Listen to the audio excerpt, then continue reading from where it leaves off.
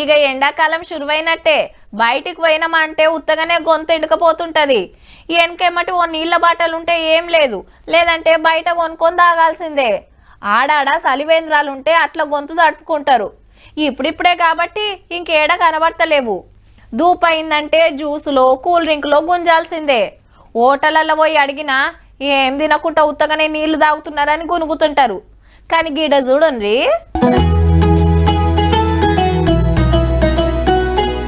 మరెవ్వా setup అదిరిందిలే.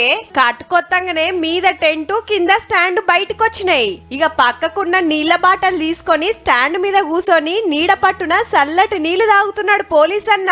గీ ఇకమతి చేసింది హైదరాబాద్ పాత బస్తీ ఆటో వాళ్ళ పేరు మహమ్మద్ హబీబ్. ఎండాకాలంలా ప్యాసింజర్లకు తిప్పలు కావద్దని గింత సగ్గటి ఉపాయం చేసిండుల్లా.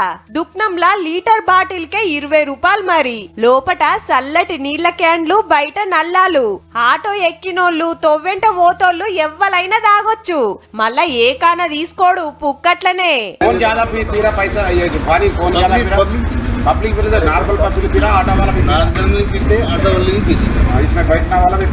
కాక ఆటో హైదరాబాద్ అంతా తిరుగుతది కాబట్టి ఎక్కడ పోతే అక్కడ వాళ్ళకు నీళ్ల సౌలతి మంచిగా. ఇప్పుడు తక్కువగాని ఎండలు ముదిరినాక దినం 20 డబ్బాలు ఒడుస్తాయట.